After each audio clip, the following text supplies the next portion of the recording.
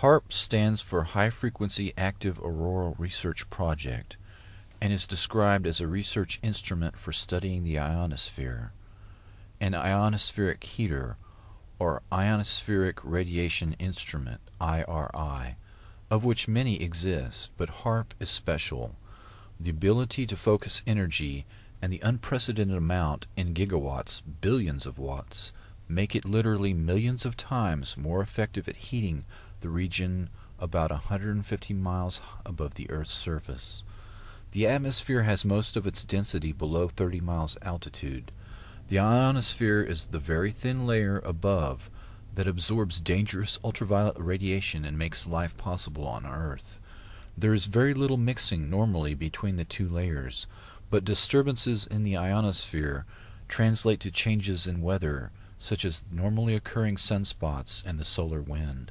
The main idea behind HAARP is the ability to direct electrons along the naturally occurring magnetic field lines of the Earth and accelerate them to near the speed of light, to form a protective shell of highly excited particles that not only block communications worldwide, but destroy missiles in their trajectory as they descend from space. The effects can be localized by punching a hole through the ionosphere to superheat an area 30 kilometers in diameter into a plasma shield. Any missile or aircraft would be destroyed that tried to fly through the plasma, which is the fourth state of matter. A hole in the ionosphere above an enemy country could kill by allowing the solar radiation to strike the surface of the Earth unhindered.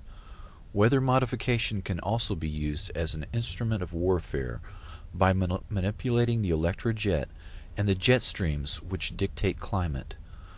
The publicly stated aim is C3, or Communications, Command, and Control. The margin of victory in war is to block or intercept enemy communications and to secure your own. The signals in the ELF range can be generated by HAARP and heard anywhere in the world, and are used for Earth-penetrating tomography, basically finding enemy submarines or underground bases. Volcanoes and earthquakes cause electromagnetic disturbances, and it is theorized that EM disturbances might themselves trigger earthquakes and volcanoes. Dr. Richard Williams says the high-energy experiments will generate the equivalent of the output of 10 to 100 large power generating stations, and that tests of these kinds could cause irreversible damage, unquote. HAARP is the world's largest electromagnetic broadcasting station and may represent an escalation in the electromagnetic wars. The project is a creation of the U.S. Air Force and Naval Research. Publicly, it is an ionospheric research instrument, but it can be used to control weather and do electromagnetic sweeps that can be used for mind control of large populations. HAARP, located 30 miles from Fairbanks, Alaska, is the real focus of anti-missile defense that SDI, the Strategic Defense Initiative, purported to be, and much more. The public patent was titled A Method and Apparatus for Altering a Region of the Earth's Atmosphere, Ionosphere, and Magnetosphere.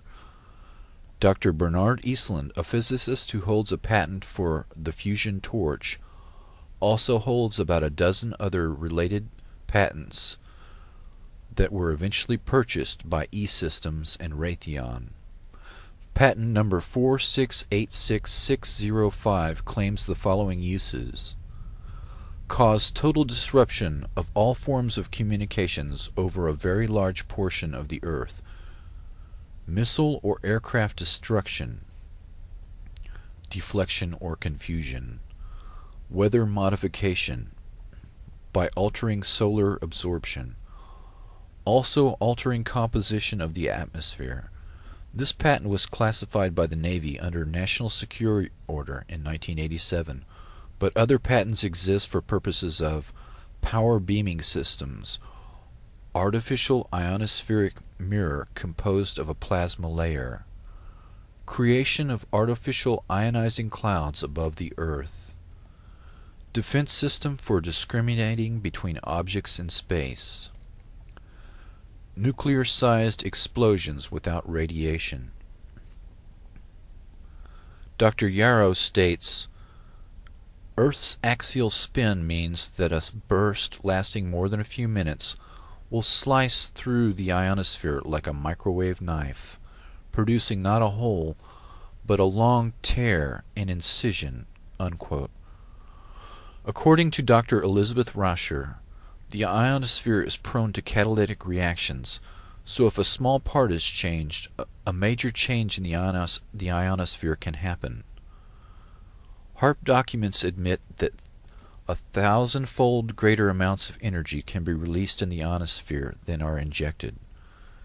Stanford University experiments beaming radio waves, very low frequency waves, into the magnetosphere detected the signals halfway around the world. Some were amplified 1,000 times.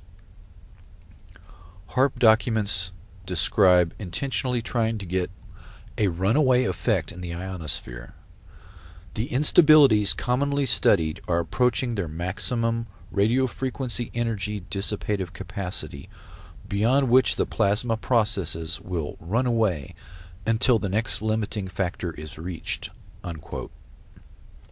The first atomic weapons testing was done without knowing if the chain reaction would stop or keep going. Dr. Robert Oppenheimer admitted years later that, quote, "the government knew that the scientists didn't know." Unquote. The decision to pulse several gigawatts of energy into the ionosphere could cross a threshold. Walter Richmond wrote an account of such an event in a book entitled The Lost Millennium. The event began with a solar tap, a planetary short circuit. Quote, "the surge of power became an avalanche. At the pole in the vertical plane of the Earth's magnetic field where the winds of magnetism would not rise to blow it out, 1 trillion watt-seconds of energy unleashed their fury on the polar cap in the first flash. Even as it discharged, the ionosphere was recharged from the solar furnace. The first flash became a mighty roar that poured an increased and now steady stream of energy through the now stabilized short circuit. Kilocubit after kilocubit of frozen wasteland boiled. Watt after ever-increasing watt, an avalanche of ever-increasing energy lit the polar cap with a glare that had never been seen before on Earth. Earth's an electrical motor. When the motor began to run wild, it would increase its rotational speed. Eventually the Earth would explode from increased centrifugal stress." Dr. Teller tried to sell Alaska on Project Plowshare, the use of 6 thermonuclear weapons to excavate a harbor at Cape Thompson, Alaska. In 1987, Dr. Edward Teller returned to Alaska to propose the installation of a laser-like weapon system on the north slope of Alaska.